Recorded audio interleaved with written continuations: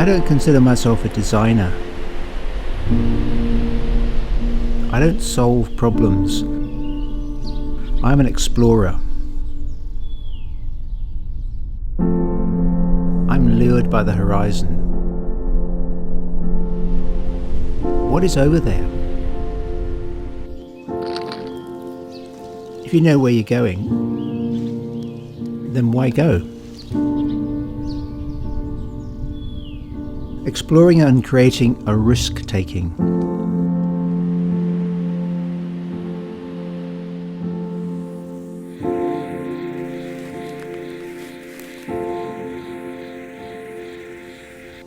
I love to walk freely over open country, avoiding tracks. Tracks are where other people have been. They're a safe return back to where you started.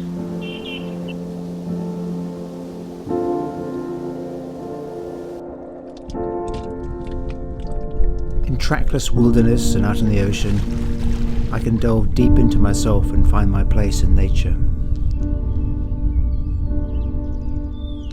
You can't will creativity. You can't sit down at a desk and expect it to happen to order. You have to know the conditions in which it may occur, and then put yourself there and wait.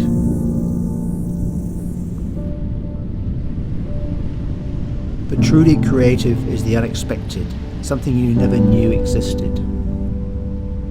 That's what I'm trying to find, but I don't know till I found it. It lurks in liminal zones between dark and light, between the elements, always on the edge. The artist wanders in this zone, seeking to escape the I, to escape human hubris.